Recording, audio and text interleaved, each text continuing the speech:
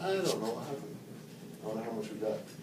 Anyway, I appreciate what you did this last time. That works. For the Disneyland trip. Great. Yeah, that, as long as people show up for their, all right. Any other concerns about things that you're doing? Yeah, so Christmas, I'm slightly nervous about. Are you guys traveling for Christmas? I don't know. Yeah, I don't know either. Okay. Because I would only miss a Monday and a Wednesday, but I would be going to Michael's family this year, and in California. And so I shouldn't know if like everyone's traveling, if that would be like a really big issue. And so I didn't know if what everyone had planned, but and maybe if it gets closer, then we'll know. So generally with Christmas can kind of be broken up. When is Christmas? I'm so excited for Christmas. So I would be, you haven't been here, yeah. We would be I would miss the 21st and the 23rd. Okay, so Christmas is is Friday. So we can pretty much break Christmas that season, at least as far as school's concerned, into 2 weeks. Okay. And so we've really never had problems. Lately we haven't had problems because there's people around Who live here, who live here that cover. But when a lot of people want to go away, then we just break it up into 2 weeks. And so if you can be here for one of those 2 weeks, then we should cover it. We should be covered fine. Cool. But if you know when you're planning on being gone, then the earlier the better. We can work through that. And the week that some people are gone, other people can work more. Right. And vice versa. Okay, cool. Well, I'll just let you know about that too then. Because Christmas It's busy here. It's really busy. People are using their insurance right towards the year. Oh, yeah. And it's a really good time. So the plan would be that, of course, we'll have Christmas off and Christmas Eve. I usually take both those 2 days, so that's a Thursday and a Friday. Right. And then New Year's Eve, I usually have official office hours from 8 to 2. But it's really common to go to 3 and 4. People are calling up and saying, I gotta get in before the end of the year. So that's usually, and we usually end a little bit early, but that day's usually crazy. And we'll have to see, but and that's a Thursday though. Oh yeah, so I didn't know if you might not be here. Yeah. So the crazy day might be on Wednesday the 30th. I think, well, what I'll probably do, I'll probably work that day here. I think I'm going to, take that day off. There. Work up my moonlighting location and work that day here. Okay. So let's plan on that. Okay.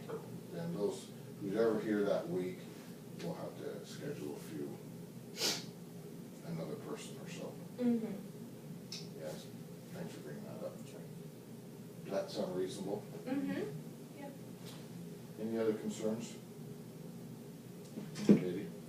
Not that I know of. I think I've got a pretty solid idea of my date, so I'll just give you everything and we can go from there. Okay. Sorry, it's gonna be a little crazy for me around there, so. What day are you getting married? January 8th. That's so soon. Wow. Okay. Yep. Yes. All right, so, Braden, any concerns you have about your areas of responsibility, mostly contact lenses? Nope. I've been trying to fill some of the gaps. I got most of the gaps in the Vertex trials. So I'm gonna go look around some of the other brands and get those gaps. So some of those contact lenses are expiring. I know there's a lot of Vertex lenses that are expired. Some of the Avera lenses are beginning to expire. The toric lenses we just don't use as much, and so even though when we get new ones in, they're 2 or 3 years down the road before they expire.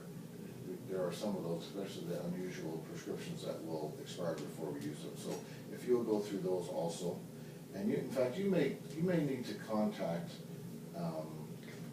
Cooper Vision. What's that? I take contact. Pardon the pun. You may need to contact our rep and find out, you know, we have a certain number of trials that we can use relative to how many contact lenses we purchase.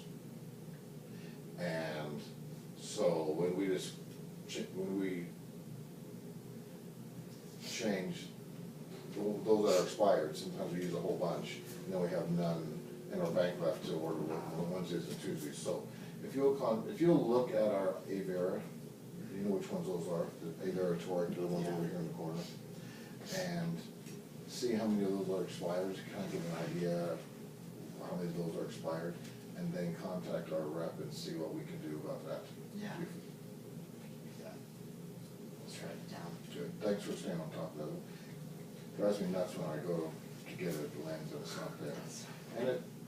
And those holes slowly develop just because for unknown reasons.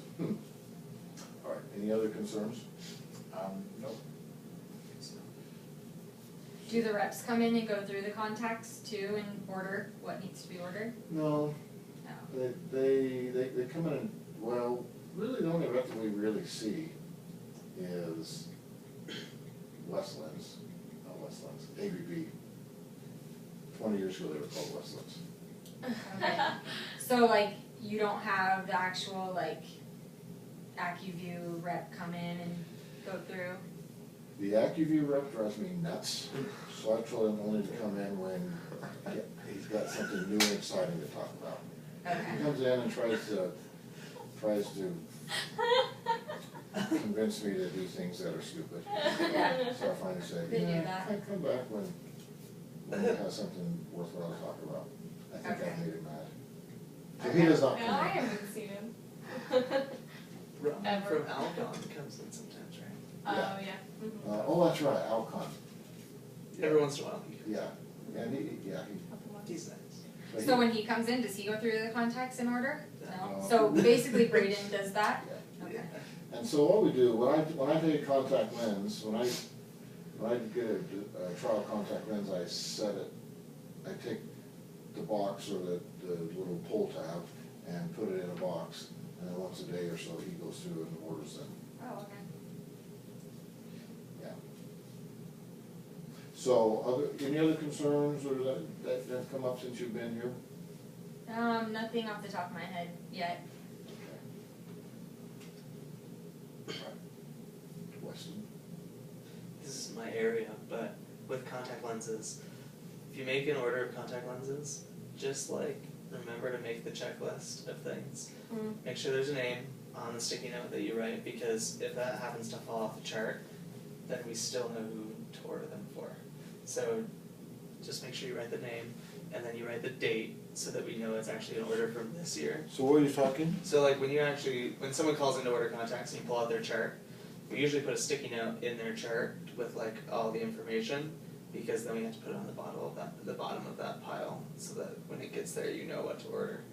So just like sometimes the sticky note might fall out of the chart, so if the name's on the sticky note, then we still know who the order's for. Sometimes the sticky note is order contact lenses, and then Yeah. I want to shoot myself a little bit. So it's like, just make sure the name's on there and the date, so that we know it's from this year. Because a lot of the times it's like from 2014, and then we're not sure. Yeah. So that can get confusing. So just write the date, their name, and then make sure you put it in Office Mate and you put it through their insurance. And all of that is noted on the note. Yes, I concur. Yeah. Also, Ed and I were talking about maybe, I don't know, I think it's nice too when you put them through the ABB cart at the end, when they give you the code, like you submit the cart and then at the end they give you a number. If you write that down, that is the number that comes on the invoice when it gets here, so you could basically, once the contacts arrive, make sure the invoice matches and then just do a check mark. Yeah. Yeah. Cause then you can make sure that they're not double ordered or anything like that. Cool. So, where are you saying to write that? Like, cause Inside on the chart, there's a spot where you guys have been writing the invoice, but Yeah. after they get here, so if you write it once you submit the cart, it's the exact same number that will come on the invoice, so you can just check it off.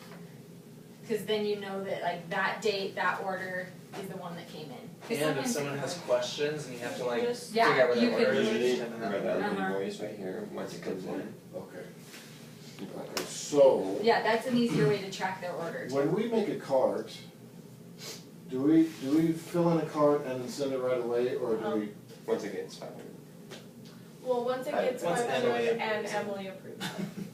Okay, so, let's say you're putting in an order for 4 boxes of contact lenses.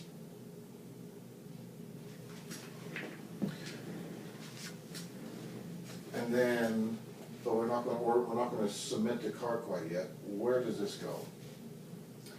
That stays in That- that tray, doesn't it? No. Until We you have send it. been putting it in there. No, if it's not sent off in the cart yet, but it's already put in, we put it in the technically ordered, because we know within the next 3 days it's going to be sent off. So if we are going to write the order number you here, have to go we would back have to and go pull back out the and find that. charts. That would be a Yeah, very inefficient way to do things. So do you put them back exactly where they go, or are they in like a I stack? don't know, it goes into a drawer that's like, it's alphabetical of all the ones that have been ordered. So you so couldn't far. just like grab them all and write the order And then number on all when of them? they come in, when the contact lenses come in, we pull them out of that pile, we've ordered these contact lenses pile into, these contact lenses are ready to be picked up pile. Okay.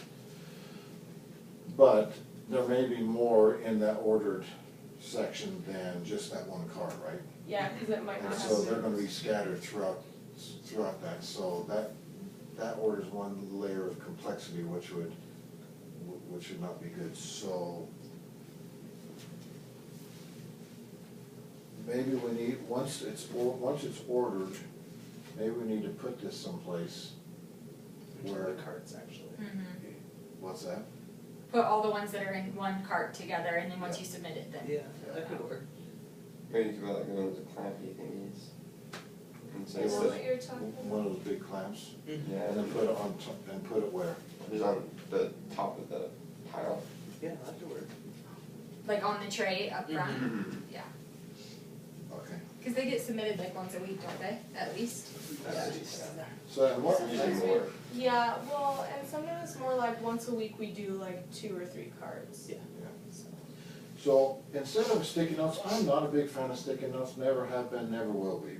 They fall off, we don't put dates on them, if we're gonna put a sticky note for a chart, it needs to be inside the chart, it's gonna Yeah. fall out if it's. Yeah, for sure. I but have it's, another thing, so everyone here knows how to order contacts though, don't they? So how come we're not just like, once we have the patient, we put the contacts in the cart?